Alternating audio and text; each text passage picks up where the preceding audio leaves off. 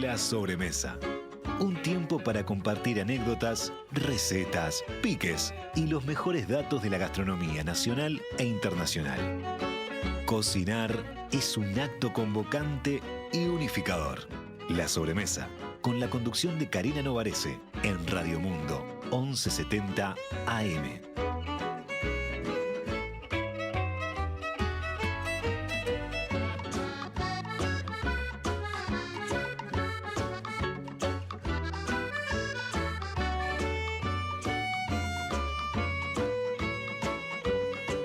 Muy buenas tardes, bienvenidos a La Sobremesa, una sobremesa jugosa. Bueno, jugosa me gusta a mí el asado y la parrilla, pero ya les estoy diciendo que ese es nuestro tema de hoy, con dos invitados de lujo para hablar, para hablar de qué se pone en la parrilla y de cómo hacer la mejor parrilla y la carne y todo lo que ahora se pone en la parrilla, pero también para hablar de cómo los uruguayos consumimos carne, cómo ha ido evolucionando también la propia parrilla.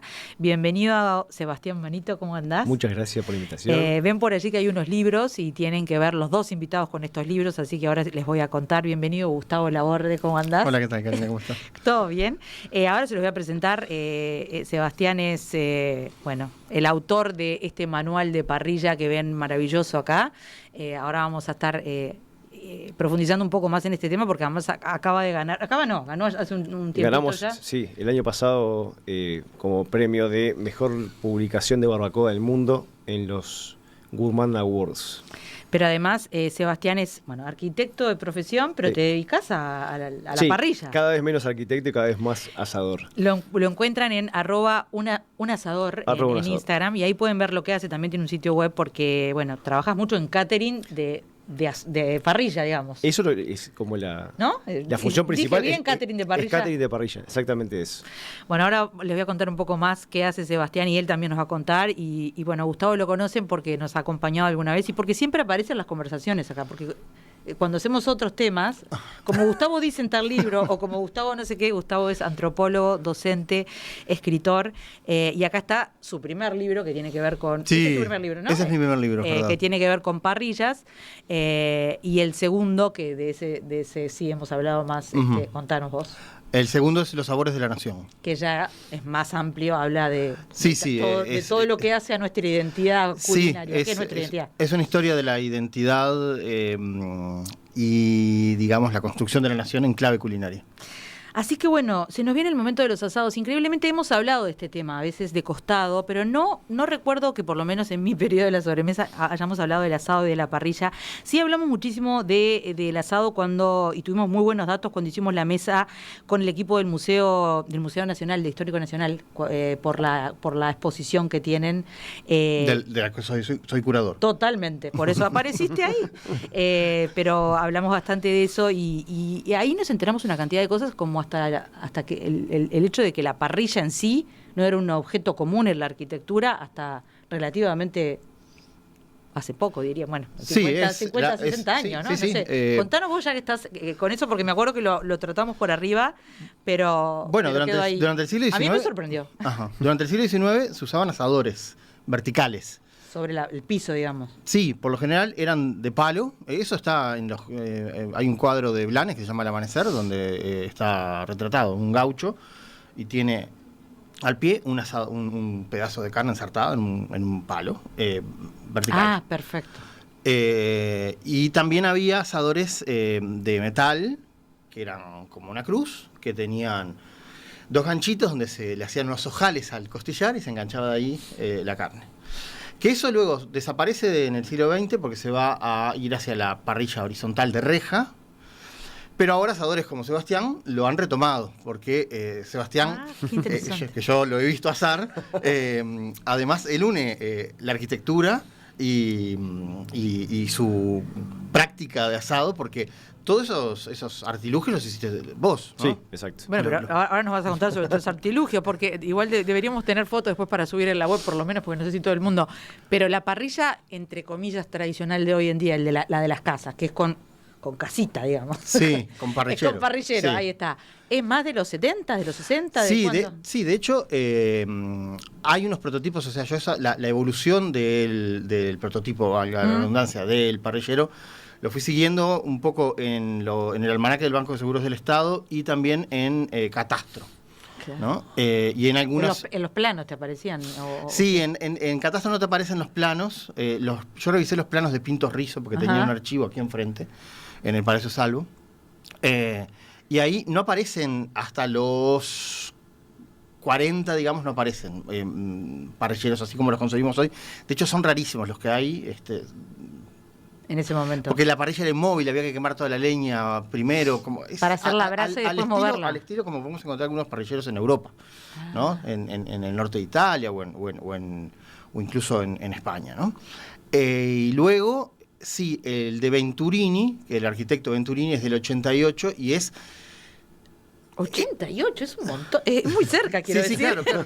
Es que a nosotros nos parece que siempre... Yo tenía 18. No, es que no había... los parrilleros se empiezan a construir a partir de la década del 50, podemos decir, ¿no?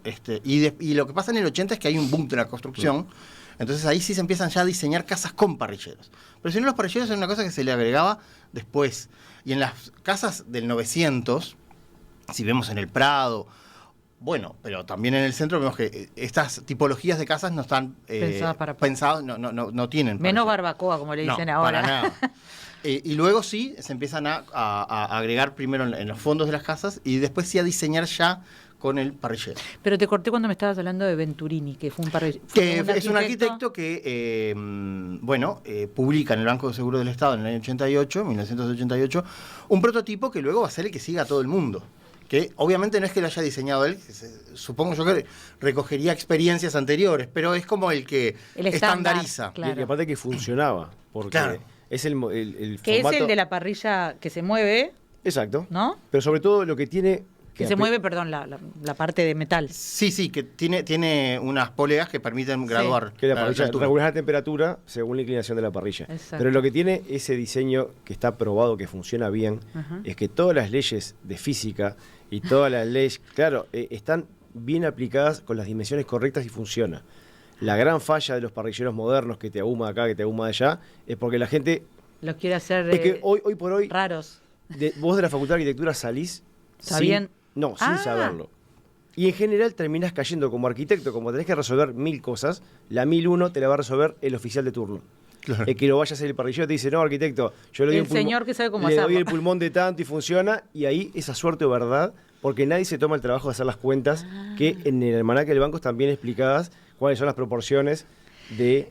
Interesantísimo lo que me estaban contando, pero les quiero presentar cómo se debe. Estábamos hablando con Gustavo, que es doctor en Antropología Social por la Universidad de Barcelona, profesor adjunto en el Departamento de Nutrición Poblacional en la Escuela de Nutrición de la UDELAR, y bueno, autor de los 2 libros que les decíamos, El asado, origen, historia y ritual, que lo tenemos acá, publicado en el 2010, y Sabores de la Nación, que fue publicado hace dos años. En el 2022, fines del 2022. 2 años, venía bien. Que además fue el libro que ganó el Premio Nacional de Letras en la categoría Ciencias Sociales ese año. Bueno, periodista cultural, y yo trabajé unos cuantos años, periodista cultural en diferentes medios, hasta que se hizo académico. Sí. Y dijo, se vive mejor como académico, mentalmente por lo menos. Sí. No sé. Bueno, mirá que sigo teniendo. Sí, ya sé, mis pero mañas. no todo el día metido en una redacción como estábamos en ese momento. ¿Te acordás lo que era? No, sí. Igual era muy lindo, era todo sirve. Todo se aprende. Sebastián Manito es arquitecto, como les decía, pero bueno, apasionado por la cocina y el fuego de leña, y ahora nos vas a contar más sobre eso. Empezaste un asador en el 2015 con una propuesta de cocina a domicilio, donde la parrilla es la protagonista, lo cual puede parecer una obviedad, pero en realidad creo que no hay muchos de esos servicios, ¿no? Vos sabés que... Porque una cosa es la pizza, otra cosa no sé qué, otra cosa es la comida hoy, o un catering tradicional, pero un buen parrillero es un desafío bravo, porque como todos, yo no, pero como en Uruguay, cada uruguayo es un buen parrillero potencialmente, tenés competencia o por lo menos crítica seguida. Es como dirigir la selección. Claro. Es que de hecho a mí no se me ocurrió hacer esto, se le ocurrió a un amigo, porque yo pensé igual que ustedes, esto está trilladísimo, o sea, me estás diciendo... abrir una cancha de pádel en los 90. Claro. Era un videoclub lo que me estaba diciendo. Todo, ya hay uno por esquina, no tiene sentido. Y me encontré que no. De que realmente la parrilla es muy aprensiva para el uruguayo. Y es muy difícil soltarla. Sobre todo en un evento. Yo en general trabajo cuando el dueño de casa es que no lo puede hacer. Claro. Porque no es que no todos O, sepan. o tiene ganas de desestresarse, ¿no? Y O no- tiene ganas de interactuar con los Claro, invitados. y no ¿no? estar ahí O sudando me- al lado del fuego. O me pasa mucho de que me imponen en el evento, entonces la dueña de casa dice, hoy no vas a cocinar, y el marido está de trompa en una esquina y llegamos Eso está nosotros- buenísimo. Sí, A mí me encantaría hacer eso. a mí, mira, he ido a cocinar algunas Para que se encargue de alguna otra cosa también y no decir que está todo el tiempo Claro, dedicándose al asado. pero viste esta cosa que le volcamos a la parrilla, he ido a cocinar a templos, o sea, parrilleros hiperdecorados con todo un orden, pero absoluto, y llegar, desarmar. Nosotros no venimos con poca cosa. En general es una camioneta hasta la boca de cosas, mucha gente, y cuando desembarcamos con todo eso, en ese en particular me dice, una cosa que no te mencioné, es sorpresa, mi marido no sabe que venís. Y ahí Digo, te querés matar. El tipo va a llegar, me va a encontrar metido en su templo con todo un despliegue enorme. Digo, nos va a matar a todos. Y llega y dice, ¿ahora qué te falta? Me dice, no, pero agarrarte siempre- a mi mujer. Claro, dice, pero él siempre se queda ahí y nunca está en la reunión. Yo quiero que hoy no esté. Digo, bueno, dale, hagámoslo. ¿Y qué aprendiste en estos 9 años de recorrer casas, parrilleros? Principales conclusiones. Después podemos ir más en detalle. Bueno, en cuanto a Digo, parrilla- más allá de lo que vos sabés, ¿no? Que eso No, lo están- aprender, a ver, lo lindo que tiene esto es que todos los días cambiamos de oficina. O sea, no tenemos 2 eventos iguales. Evidentemente, por la rutina y por el volumen, algunos pasan sin pena ni gloria, pero el día que me decida escribir las memorias del parrilla, Va a ser un libro tan, No, tan olvídate. taquillero como este. Les quería mostrar. porque- Sangriento. no, sangriento, sangriento. Aprovechemos a hablar de Manuel de Parrilla del Río de la Plata, que ahora les voy a contar. Ganó el Best World Gourmand a la categoría Barbacoa. Sí. Que es un premio, bueno, internacional muy importante. Está en español y en inglés. Y acá, bueno, la fotografía es de Diego Velasco, Agua Clara es la editorial, el autor invitado es Gustavo, porque si hay parrilla y si hay asado, en algún lado firma la borde. Las ilustraciones son de Álvaro Zunini y vos estuviste con las manos en la masa, Sebastián. Exactamente. Y justo acá aparece una foto de algo parecido a lo que mencionaba, supongo, Gustavo, Ujú. ¿no? Ahí está colgado de algo, ¿qué es? De ¿Cómo lo- se eso llama? mismo, ¿Manta? es una manta de 8 costillas, está colgada de los ojales que decía Gustavo. Ahí lo ven, a ver, sí. Es la versión más básica de la cruz. Que eso en general es lo que no se tiene en las casas. En las casas se sigue teniendo el parrillero. Bueno, Bueno, ahora, hay algunos más sofisticados, ¿no? está Pero- volviendo esa onda de soltamos el recinto y vamos al jardín de vuelta. Todas Sí. las Acá casas. está el típico de horizontal. Ese es el Eso típico. Sí, que tampoco es el típico, porque ese Bueno. está sobre el suelo, ¿no? Claro. No digo típico porque todo tiene ahora otro desarrollo, pero bueno, no se hace en cualquier casa tampoco. Ujú. Queda fashion igual, queda lindo para hacer. Es que, Es un cordero entero. Eso, ¿no? Es un Es un cordero, cordero. obviamente. que de alguna manera volvió a ser un poco. Dejó de ser capaz tan funcional la parrilla y volvió a lo decorativo, primitivo de colonizar el jardín de vuelta, la reunión más enfatizada. Yo no sé por qué estoy hablando de tu área, pero. No, la idea es esa. Me pasé para tu kiosco, pero. Intercambiemos. No, pero ha porque pasado porque eso. te piden eso también. No, a la gente le encanta eso, le encanta el show cooking, llegar y ver los fuegos Claro. prendidos, ver toda la escena, y la gente tiende a rodear, es magnético, vos prendés un fuego y automáticamente tenés 6-7 parroquianos que te cierran en el círculo y se te quedan ahí todo el evento. Claro. Es muy difícil hacer esta sobremesa sin haber comido porque realmente son maravillosas las fotos. Pero bueno, vamos al origen antes de irnos a la primera pausa. Sí, ya sé que no se puede resumir 200, 300 años en 5 minutos, pero ¿cuáles son como los grandes pilares de la historia de la parrilla? Está totalmente ligada a nuestra historia, más allá de lo culinario, ¿no? Ajá. Bueno, Porque la carne era el gran alimento. Digamos que quizá la primera operación culinaria que hizo el hombre. Se supone que no, se supone que lo primero que hizo fue machacar una la carne Ah. para facilitar la masticación. ¿no? Para Porque comerla si- cruda. Sí, para comerla cruda, porque si no se tardaba, se pierde mucha energía en masticar y en digerir eso, ¿no? Entonces se rompían las fibras y eso se supone que una suerte de no sé cómo llamarlo. Un macera, No, sin macerado, era de pero golpes. La tiernizada. La tiernizada. Puede ser un tartar, digamos. Un tartar, claro. Eso sería lo primero. Pero claro, luego exponer carne al fuego es una operación que aparece en todos lados, es una operación propia del Paleolítico, o sea, de una de las primeras operaciones culinarias que hizo el hombre. En el caso de Uruguay está de la mano de la introducción de la ganadería, que nosotros tenemos muy asociada a Hernán Darias, pero que en realidad la gestión mucho más importante es de las misiones, ¿no? De los jesuitas. Sí, entonces, que además nos lega la orientación ganadera. ¿Por qué decís que es más importante? Porque ellos fueron no fue solamente tirar las vacas. Sí, no, pero ellos introdujeron más. Ajá. Y gestionaron eso. Hay que gestionar, era un trabajo muy importante lo que hicieron. Entonces, siempre grandes organizadores. Ahí, sí, claro. Sí. Y grandes conocedores de la naturaleza. O sea, tenían conocimientos sofisticados, ¿no? Son los primeros cartógrafos, son los primeros que crean las universidades. O sea, son gente muy importante. Y me parece que, yo lo menciono porque se suele pensar en la historia colonial del Uruguay como el Río de la Plata, el virreinato del Río de la Plata, que es un periodo muy breve, que dura apenas, no llega a 40 años, mientras que tenés 150 de las misiones. Claro. Entonces es más importante. Es súper importante. ¿No? Y ahí empieza a comerse mucha carne vacuna, incluso hay cuentas de cuánto se comía en pueblos misioneros como en Yapeyú, que era una cantidad enorme de carne que se comía, porque una de las principales fuentes económicas de las misiones era la ganadería. Y bueno, en la banda oriental se va a formar el tipo original del gaucho y luego vamos a empezar a asociar el asado. ¿La banda oriental? ¿Ahí está el origen del gaucho, no en la Pampa Argentina o todo salió al mismo tiempo? El origen del gaucho está en la banda oriental contra Brasil. Ajá. Es verdad. Es de aquí. Lo leí. Se empieza a utilizar ahí por primera vez la palabra gaucho. Antes usaba gauderio. Sí, que era como camilucho. El señor nómade también, ¿no? No era el gaucho establecido. Sí. Bueno, el gaucho establecido nunca no existía. Fue la evolución. Claro. Entonces ahí se empieza a asociar. Pero es una construcción también posterior a que se va a realizar hacia fines del siglo XIX, principios del siglo XX, de mano del criollismo, ¿no? Es una corriente política y cultural. Pero la carne seguía estando siempre en primer lugar. También no solo comían asado, también comían puchero. O sea, pensemos que las reses esas eran unos bichos duros, no son los Hereford esos que vemos hoy. La Angus. Y no había odontólogos en esa época, digamos.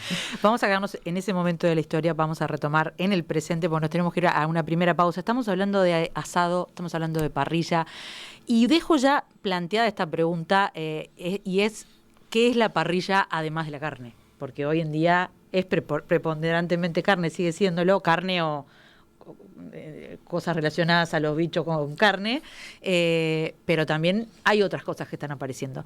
Así que volvemos enseguida, estamos hablando con Sebastián Manito y con Gustavo Laborde, y bueno, anoten porque hay mucho pique para quedarse, y si quieren ser mejores asadores también. Ahora le vamos a robar algún pique a Sebastián. Ya volvemos.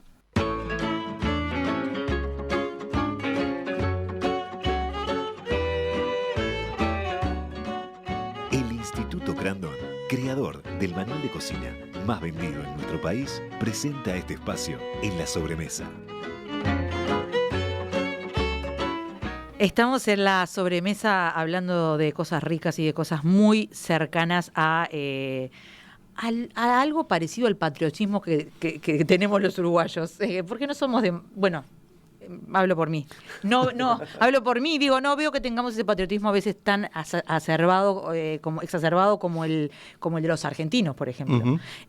Somos patriotas de otro punto de vista, pero creo que cuando hablamos de asado, de carne, de la manera en que hacemos asado nosotros, nos tocan ahí esas fibras de soy uruguayo.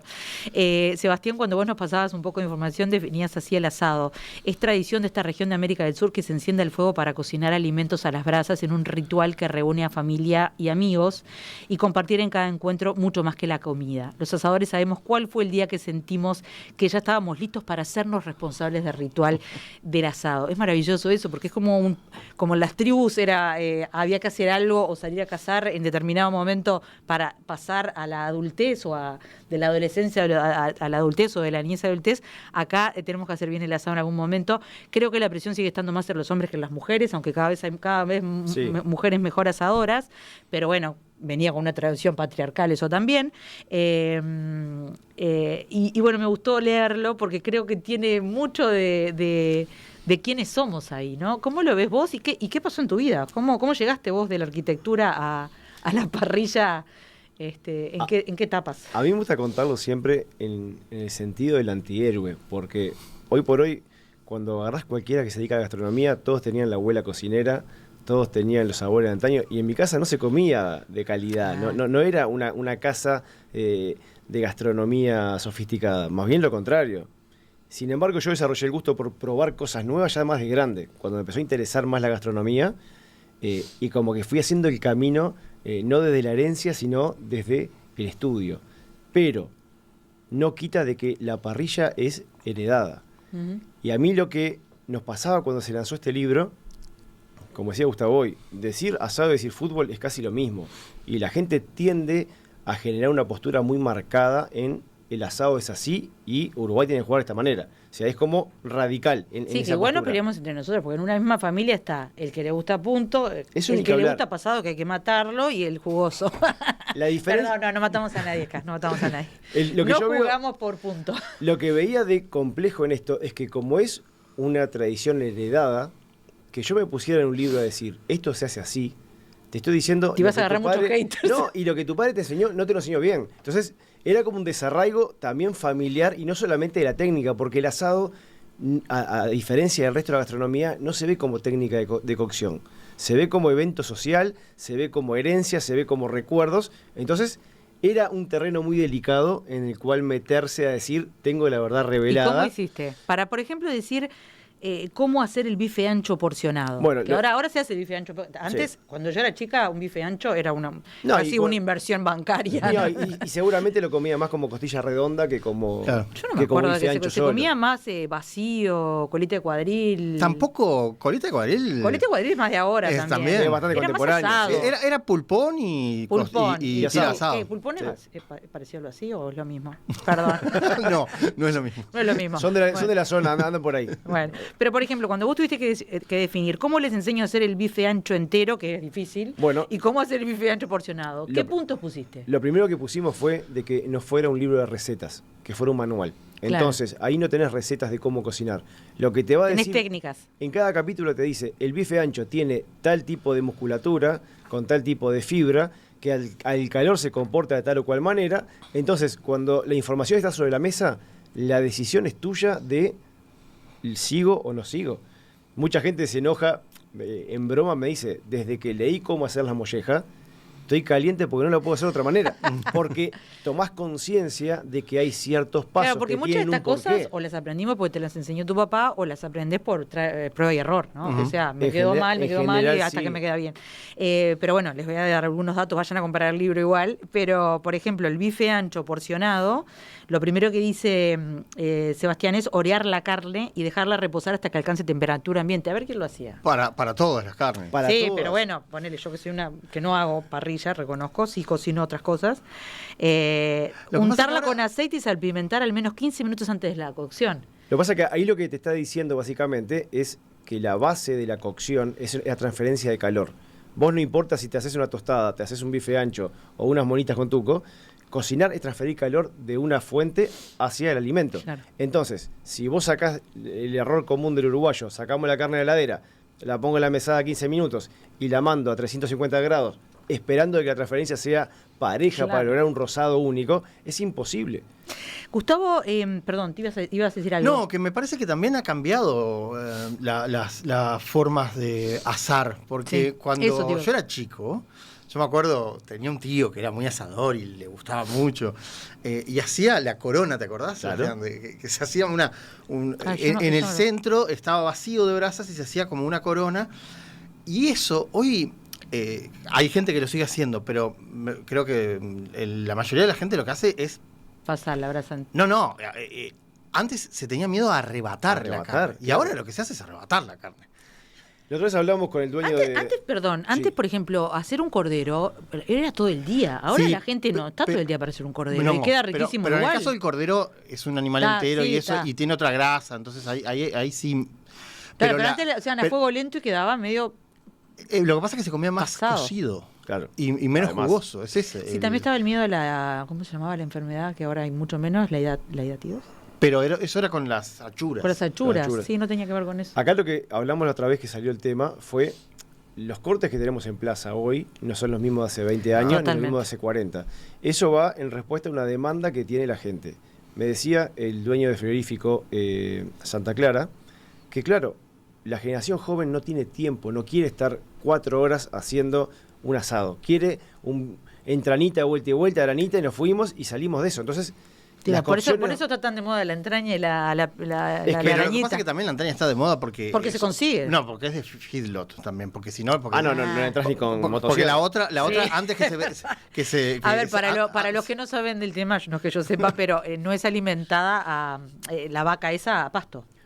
Sí. Bueno, es terminada a grano. Ahí Es está. terminada a grano, es durante- pasto y después grano. Pero, Tenés como eso tres- influye en la ternura. Hay como 3 escenarios. La vaca O de en la solo terneza. pradera, Terneza. Terneza. solo pradera y grano, que es lo que más se hace acá, el sistema mixto, o exclusivo encierro. Sí, Desde que eso nace, acá no se hace. Que acá no se hace, que No es se el hace. mega intensivo, que lo que logra es una ganancia de peso mucho más grande, más infiltración de grasa, Menos natural. menos natural y más dependiente de la ración. Porque la pastura es pastura, si bien nuestra pradera salina de La Pampa tiene un pH característico que identifica el tipo de sabor que toma la grasa y por tanto la carne, el grano no. Qué Porque interesante eso, nunca lo había pensado, pero tanto que se Es habla. la diferencia. Es la- Tanto que se habla del la terroir de los diferencia de- vinos, hay terroir de asado, Del entonces. 100%. Claro, la pastura y es de muy hecho importante. se sufre mucho más con el feedlot porque cuando hay escasez por secas, por lo que fuera, de algún grano, se compensa con otro, y si te pasa de que una ración tiene un exceso, por ejemplo, de maíz, la carne tiende a quedar dulce tipo la del cerdo, Claro. entonces te modifica el sabor. Es mucho más difícil conseguir un feedlot parejo que una pastura pareja. Y vos podés probar en el mundo Angus alimentado a pasto de 5 lugares del mundo y, tiene va a 5 tener sabores diferentes. Eso es impresionante. Está buenísimo. Pero además, los productores uruguayos, bueno, y también los consumidores, ha habido como una oscilación. Al principio se fascinaron un poco con la carne de feedlot y luego se empezó a reivindicar la de pastura, ¿no? Claro. Sí, por un tema también de qué estás eligiendo meter en tu organismo, No, ¿no? y que es mucho más difícil saber qué No, tiene. es una discusión amplísima porque Amplísima, tiene que ver amplísima. también con las energías Con las- destinadas exacto. a producir carne, ¿no? ¿Qué sentido tiene en última instancia producir granos para después transformarlo en carne? Pero volvamos un segundo al pasado, porque quiero, capaz que nos recorras, Gustavo, de qué pasó, por ejemplo, en el siglo XX con la forma en que se hacía el asado. Siempre se hizo, viste la típica, los argentinos lo hacen con carbón, nosotros lo hacemos con leña, otros los hacen con gas en otras partes del mundo. Bueno, acá durante el siglo XX, a partir de que se empieza a generalizar la práctica del asado de los domingos, que también tiene que ver con la instalación, esto es principio del siglo XX, con la instalación de la semana laboral. El domingo queda destinado al día de ocio. Entonces, por eso el asado, que no es una comida más, sino que es una comida que invita a la comensalidad extendida, se va a instalar ahí los domingos. Y a partir de los 40 se va a generalizar, y eso pasa lo mismo en Argentina. Esos son procesos muy similares, pero pasa también ese proceso en Estados Unidos. Después de la Segunda Guerra Mundial se pone de moda la vida de los suburbios, incluso tiene que ver con el automóvil en Estados Unidos, ¿no? Porque Ford regalaba un parrillero para que fueras a hacer tu barbacoa en las afueras. era como Y carbón te regalaba. Carbón Ford, además. Carbón Ford porque, Claro. porque salía de los propios restos de... eran del bastante automóvil. sustentables desde No, ese claro, punto claro. de vista, no en la combustión, digamos. Pero... Es un fenómeno que se generaliza a partir de los 40. Lo que va a pasar en Uruguay es, bueno, lo que hablábamos, se va a comer pulpón, se va a comer tiras de asado, y no mucho más tampoco, ¿no? ¿Cuándo empezó a cambiar el panorama en cuanto a cortes? A partir de los 90. Ah. A partir de los 90 se va a renovar el elenco de carnes que llegan a la parrilla. Y después, en el siglo XXI, digamos, en los últimos años, ha habido, bueno, cuando llegó la picaña, que venía un poco más por influencia de Brasil. Que en realidad la pequeña se iba de acá, era exportada en general. Bueno, sí, Hasta ese supongo que sí. momento, sí, porque el se bicho, iría, el bicho sí. la tenía el pedazo. No, sí, claro, la picaña es la parte... Siempre vino con ella. Es donde Hablando a veces con algún productor me decía que como el uruguayo No sé si no lo comía o el huevo de la gallina, o sea, se exportaba casi todo eso. Es que lo que y era pasa- un corte... Es que no, lo capaz que lo comías en otros, claro, en otras formas, Claro. porque tampoco que hablábamos recién, La la entraña, que incluso entraña. muchas veces se regalaba en la carnicería, Sí, porque se sí. consideraba una chura además, ¿no? Ujú. Pese a que es un músculo, que es el diafragma, ¿no? Claro. Y bueno, en un momento se empezó a poner en la parrilla, ahora está de moda la arañita, y ahora están de moda los cortes Delanteros. pero y los cortes que vienen por Estados Unidos, digamos, Claro, ¿no? también. Como todos estos grandes... el Los Tomahawk, T-bone, el Tomahawk, claro. sí, Denver, Yo no me, el puedo, Porterhouse. no me puedo acostumbrar mucho a esos cortes porque son como por kilo, es como muy excesivo la porción, Ujú. para mí, pero entiendo que están de moda. Bueno, pero lo mismo dicen los americanos de nosotros que comemos una manta de asado entero. Claro, Sí, es sí. un... Pero Hay- bueno, está así. Hay un tema por ejemplo, ¿por qué escaseaban antes y ahora no? Antes las carnicerías compraban media res entera. En una media res vos tenés un churrasco de granita, una entraña. O sea, el tipo... Un lomo. Un lomo. O sea, el carnicero no te podía dar una oferta de entraña, dame 5 kilos de entraña, como dice cualquiera hoy, o Claro. dame 10 aranitas, porque hoy una caja de aranita es una manga de ganado. Claro. Entonces, cualquier carnicería... Arañita, ¿qué es bien? Así como La aranita explicaste vos es- lo del músculo. La aranita es un churrasquito del tamaño de la palma de la mano, Ujú. que Sí. está ubicada en el hueso de la cadera, tiene una depresión, en una zona que queda blanquito, y Bien pegado el hueso. bien pegado al hueso. Por eso es tan rico. Es rico por eso, porque tiene mucha grasa también. Y vos cuando lo ves, la media res colgada, ves carne, ves blanco del hueso, y en la depresión ves un churrasquito pegado. Y tiene como si fuera una telaraña que lo sujeta. Esa es la aranita, o le llaman bife escondido, o bife del Ah. carnicero, Ujú. porque el carnicero se lo sacaba y se lo comía él. Claro. Porque Claro, no tiene también todo sentido esto va ponerla de a la venta. mano del marketing de la carne, ¿no? Porque hay que encontrar novedades como en toda industria. Sí, pero No, por la arañita lo pero digo. Digo lo que por- señalaba él es el cambio de la comercialización de la carne. Claro. Es una cosa interesante, porque ahora el carnicero compra una caja Exacto. donde que viene... viene por pedacitos. Claro, que vienen los cortes. Entonces compras una caja, Pero no se sé. siguen viendo en algunas carnicerías que Pero se es bajan. que, sí, en claro, general, claro. porque en general bajan 3 medias reses para hacer la picada, para tener Sí. cortes menores, y después piden 10 cajas de asado, 6 cajas de entraña, 8 cajas de colita cuadril, y vos tenés la oferta mucho más. Claro, De hecho, es verdad. históricamente, los cortes traseros fueron más demandados, llámese colita cuadril, picaña, ancho, angosto, pulpón, versus los delanteros. Nosotros no teníamos cultura de ¿Los comer delanteros cuáles son? pecho, de marucha, de... Que ahora el pecho está súper de moda. Sí. Ahora volvió, pero ¿qué es lo que pasaba? Bueno, pero el pecho a la parrilla Pero cuando el carnicero... Pero ahumado para hacer el pastrami. ahumado para pastrami es espectacular. Sí, es espectacular. Pero cuando el carnicero tenía que venderte, él compraba la media res entera. y le quedaba la El mitad. no, el precio por kilo del trasero era mucho más que el precio por kilo delantero. Y la doña que decía, quiero un kilo de pulpa, vamos a la pulpa cara, y lo otro iba picada. Entonces vos lo Claro. conseguías una marucha antes en cualquier carnicería. Hoy te la venden ya limpia, al vacío, espectacular, pero porque también está esta onda nueva de comamos como la abuela. Tenemos que irnos a otro corte. Hablando de cortes, quiero saber sus cortes favoritos cuando volvamos. Me quedé pendiente con la pregunta que les había hecho antes porque nos vamos por vamos temas por las todos ramas. interesantes. Pero sí hablar de que las verduras, por ejemplo, o qué otras cosas se tiran, que se ponen a la parrilla. Y también quiero saber un poco de tu método, qué estás usando, que también supongo que lo tuyo es prueba y error y vas cambiando Totalmente. un poquito. Y no sé, Gustavo, si vos te animás también a contarme tu método. ¿Sos buen parrillero? Me toca hacer... Domiciliario, digo, no, no, Sí, no. sí, me toca... Doméstico, hacer doméstico. De parrillero. Ya volvemos, estamos hablando de asado, estamos hablando de parrilla, estamos hablando de historia y también de identidad. Volvemos con la sobremesa enseguida. La gastronomía es una especialización que te asegura el mejor futuro, tanto a nivel local como internacional. Vení al Instituto Crandon a conocer nuestros cursos de gastronomía, repostería y cocina de 1 o 2 años de duración. El instituto creador del libro de cocina más vendido y con mayor permanencia en todo Iberoamérica es también el que te ofrecerá la más sólida capacitación. Crandon Gastronómico, gastronomía.crandon.edu.uy.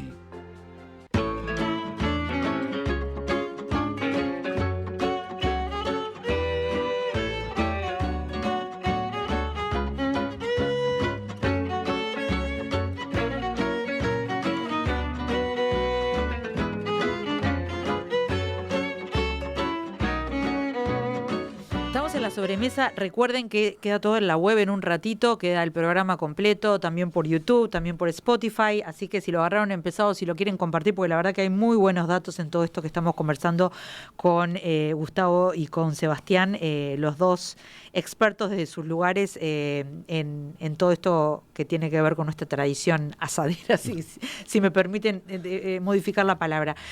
Nos reíamos un poco en el corte porque parece que traducir todo esto fue una tarea muy complicada, sobre todo los nombres, porque, bueno, claro, cada país... En inglés, por ejemplo, yo no sabía que chinchulines se dice chitterlings. Chitterlings. No sabía. De hecho, porque no se come mucho en otros lugares. Te iba a decir, no es tan fácil de conseguir porque hay mucho parte de la molleja sí se come mucho más en el mundo. La molleja se come más. Bueno, los chinchulines en Grecia o en Turquía, los kokoretsi son muy valorados. Sí. Mirá. Bueno, sí, después uno se piensa que no lo comen en ningún lado y después... Pero creo que todo el mundo comía todo. No sé si los galeses o los escoceses comen también. Sí. Yo creo que es más para ese lado y no, en Norteamérica no se les da mucho por la chura. Bueno, pero fue un lío porque, claro, cada país... no todos los países tienen exactamente los mismos cortes, aunque concuerdo con ustedes que eso se ha internacionalizado bastante ahora y llega a diferentes lugares. Pero bueno, acá, por ejemplo, que hablábamos al principio, en el libro está buenísimo porque están los dibujos de...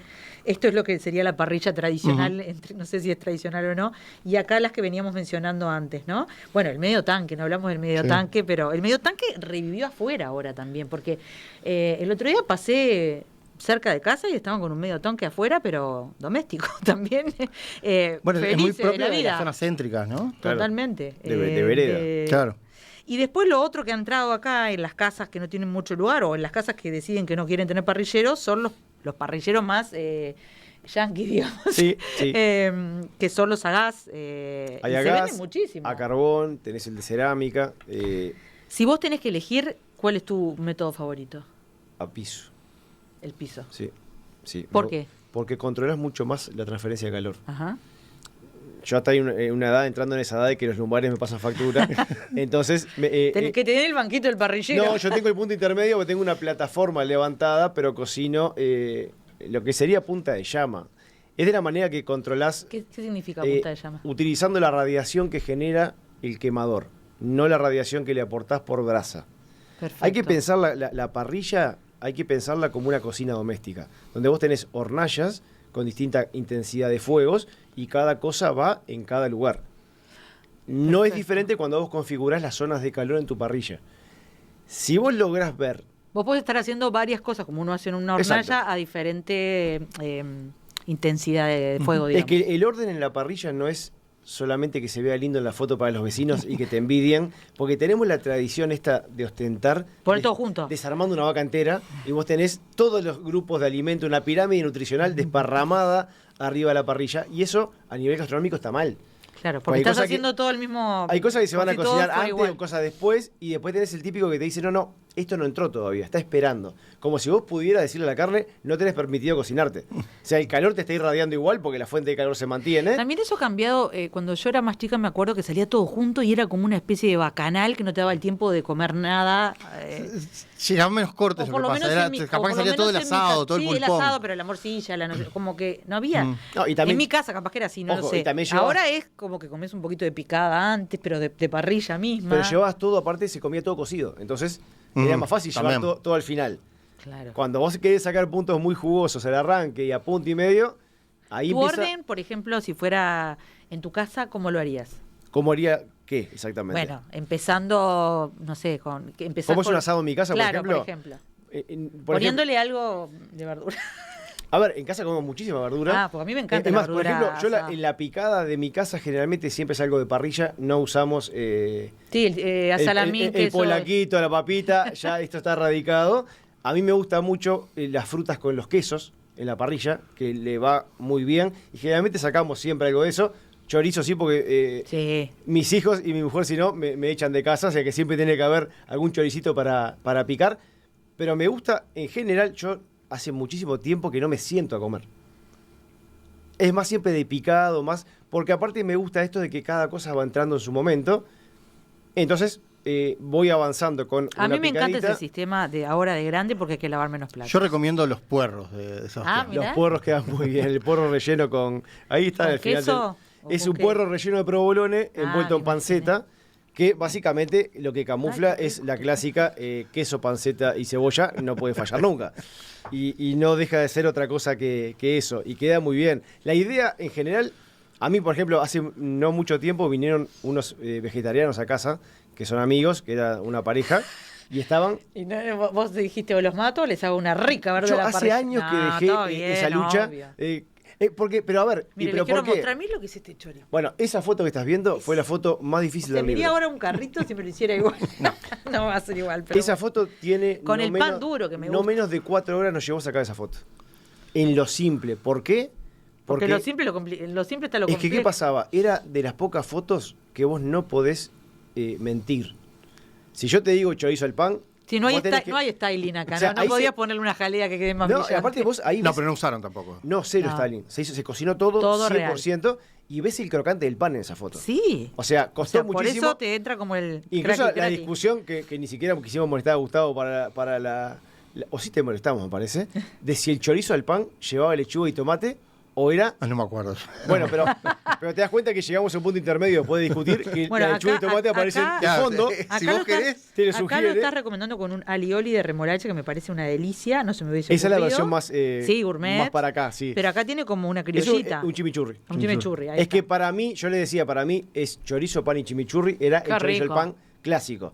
Cuando ya le ponemos lechuga, No el tomate, pan de mayonesa, Viena ni nada. se parece más a una hamburguesa. O sea, es, no sé, es muy fina la Pero te línea. interrumpí porque vos me dijiste, me gusta que salga más como si fuera una picada, una gran picada. En general me gusta eso de que sea más secuenciado porque va respetando los tiempos de cada cosa y te permite esto de ir disfrutando de a uno. En general cuando vos tirás todo de golpe, es muy difícil que vos puedas probar 6 carnes al mismo tiempo sin que se fríen. Exactamente. Entonces vamos sacando porciones chicas de a uno, capaz que entre los 3 acá, con una tirita de asado de 4 costillas, probamos los 3 y seguimos.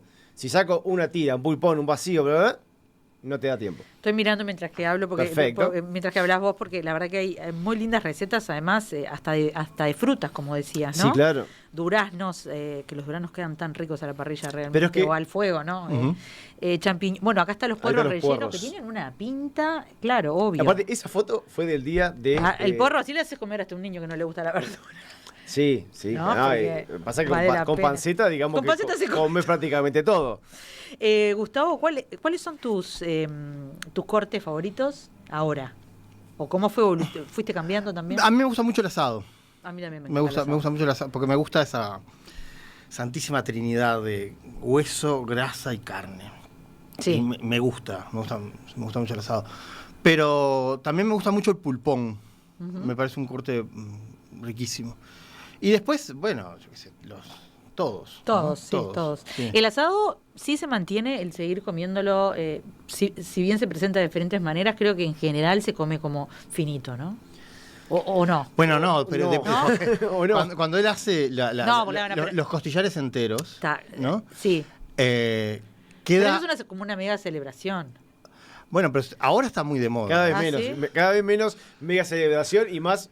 Vamos A hacer mí me encanta vamos a hacer una finito, masa. a mí me encanta y finito. y el asado queda hecho de una manera distinta, incluso se jugo. parece más, lo digo, No, decilo. Sí, más dale, al puchero, Claro. Claro, porque está más, porque queda como muy cocido. Lo- o que- porque se expone menos superficie de carne al fuego directamente. Entonces adentro queda de otra Ah, manera. y de hecho la Ah, diferencia ese entre una manta de asado o una tira de asado es que vos la tira de asado la podés comer jugosa, la manta de asado no. Claro. Claro. Una manta de asado jugosa implica de que la grasa que separa tapa de asado no se haya fundido y que el colágeno que recubre el hueso y separa a la carne del asado no se desnaturalice porque no tuvo el tiempo suficiente con calor. Por lo cual, si vos vas a comer una manta jugosa, seguro tenés que pelar el hueso de la carne y no podés comer ese que se ve en la foto, que es el crocante rico. Claro. Eso va a estar hecho una gelatina dura. Entonces empezás como a Que eso desperdiciar es lo que mucho más. descartás y al final. El punto de la manta de asado es cocido. Ujú. Cocido 73 grados, pero no seco. Vos cuando cortás un cocido, chorrea líquidos en cantidades, pero está cocido. Me quedé con la duda de, en general, los asadores que yo veo o asadoras generalmente usan la brasa. Sí. Vos me decís que usás más la intensidad del fuego, pero ¿cómo? A ver, yo ¿Con la brasa o con el fuego directo? todo. Lo que pasa es, no tenemos dos parrilleros iguales. Lo que sí tenés que tener la capacidad es de identificar de dónde recibís calor. Qué tan fuerte está el quemador, qué distancia hay de la parrilla al quemador, si está tapado o no está tapado, si la leña que estás quemando es una leña que tira mucho humo y poca llama, o mucha llama y poca brasa. Identificando cómo se maneja eso, vos después tenés que saber las proteínas que proteína o cualquier alimento, papa, boniato, lo que fuera, qué tipo de cocción precisa una papa. Claro. ¿Es fuego fuerte, fuego suave, fuego medio? Bueno. Si no me saques la papa cruda porque estamos Exacto, pero ¿dónde lo tenés en la parrilla? En tal sector, bueno, acá va la papa. Entonces, poder identificar eso es lo que hace que vos puedas usar de manera eficiente la fuente de calor que tengas. Esos piques sí están dados. Ellos están todos ahí. Así que bueno, lo llevamos directo acá. Lo que pasa es que él asa poco en un parrillero convencional. Claro, esa es la diferencia. Esa es la diferencia. Sí. Pero uno que tenga una persona que tenga un parrillero convencional puede utilizar muchas de estas técnicas para aprender Es que a las hacerlo reglas mejor. son las mismas para cocinar. Mirá que te voy a decir un disparate, pero para cocinar al piso con una estaca es la misma regla que para cocinar en una parrilla de gas. Claro. Porque en todos los casos estás transfiriendo calor. Lo que cambia es la fuente. Si vos lográs ver el código ese oculto... Claro, no sos nada fundamentalista vos podrías hacer esto en cualquier tipo de sistema. Pero a ver, los restaurantes que están catalogados hoy, el que está como número 1 del mundo, el mejor lugar para comer asado del planeta, cocina a carbón. ¿Cuál es? Es en Inglaterra. Bueno. El segundo es Don Julio. Don Julio. Pero el primero estaba en Inglaterra, no me acuerdo, pero los tipos lo que tienen es un método implacable en el proceso de cocción. Sí, estandarizado, porque pero no puede ser un restaurante. Carbón, cocinan con gas, hacen los churrasco en sartén, pero claro, la técnica es perfecta. ¿Tus cortes favoritos para comer? Dos. Tengo como corte grueso la picaña, Me encanta. como corte fino la marucha. Concuerdo con la picaña. La marucha también me gusta, sí, es verdad. Pasa que la marucha se consigue habitualmente acá, no está despojada de las membranas, de la saponeurosis que tiene, que separan. La marucha en sí es como, para el que no la conoce, un doble bife vacío. Pegado, que tiene una plateada por encima, una en el medio y una por debajo. Si vos no retirás eso cuando se cocina queda duro. La versión rápida de los frigoríficos para venderlo, lo cortan en churrascos y te queda el churrasco con las membranas.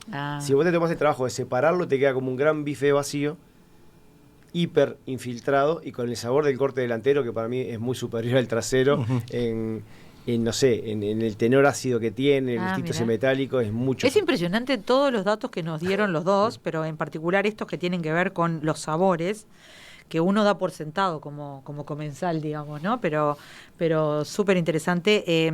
Y si tienen que elegir más achuras o algo que no sea corte, ¿qué les gusta? Molleja. A mí molleja. A mí me gusta todo, pero bueno. Sí, a mí me gusta todo. Me gusta mucho la molleja, me gusta mucho Chinchulín, me gusta mucho y cada vez se come menos. Sí, a mí me gusta Debe ser mucho. porque tiene mala prensa por toda la grasita. Y que no sé, bueno, la otra vez en la radio cuando hice una columna sobre chinchulín y conté de que el chinchulín no viene con relleno. ¿No sabes la cantidad de mensajes que llegaron diciendo, pero pará, dice, ¿cómo que no? ¿En serio? Y claro. ¿Pero pensamos que era rellenado a mano? Y que era como si fuera un embutido. ¿Que no era parte del bicho? Que no era lo que está dentro del chinchulín, justamente. Porque yo lo que dije, bueno, ¿cómo se arranca una cocción? Se arranca lavando chinchulín. Claro. Y retirarle todo lo que... Hasta yo lo sabía eso. Bueno, aunque no lo hago, pero... Bueno, mucha gente está convencida de que eso era un relleno. Bueno, está bien. Necesitamos saber más entonces sobre asados, sobre... Bueno, en algunos casos se rellenan con fariña, ¿no? Y qué rico que queda. Sí. Pero sí. En el litoral es muy común. En el litoral sí. Nunca lo comí. Pero acá más abajo, en el sur, digamos, no es tan común. No. Salvo alguien que lo sepa hacer, pero no es algo tan común. A ver, hablamos un montón y nos queda un montón para aprender. Primero que nada, felicitaciones por este gran libro que no habíamos tenido oportunidad todavía de hablar acá. Así que les recomiendo que lo vayan a buscar. Yo me pongo a mirar ya porque si bien no soy parrillera, voy a ir pidiendo de acuerdo a lo que veo acá. Bueno, acá enseñás a hacer el matambre a la pizza, que en Argentina les queda brutal y en Uruguay no lo comí rico nunca. Les queda re duro el matambre. Y vos sabés que la otra vez lo hablé con un argentino y me decía eso mismo, de que en Argentina... Es muy común. O es diferente el tipo de matambre que usan, o la vaca acá, no sé, le hacen algo. No sé, pero las veces que lo he pedido te clavás, ¿eh? Es duro, sí. Que matambre de acá a la parrilla es duro. Bueno, les dejamos la pregunta, ¿dónde se come buen matambre a la pizza? Casi uno sale a comer por ahí. Pasen los datos.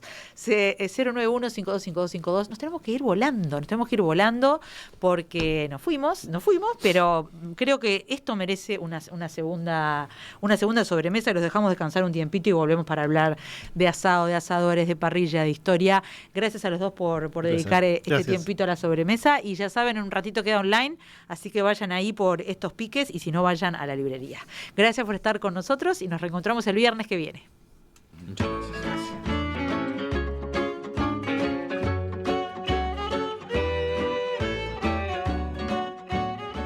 La sobremesa. Repite, viernes a las 21 horas y domingos a las 14 en Radio Mundo 1170 AM.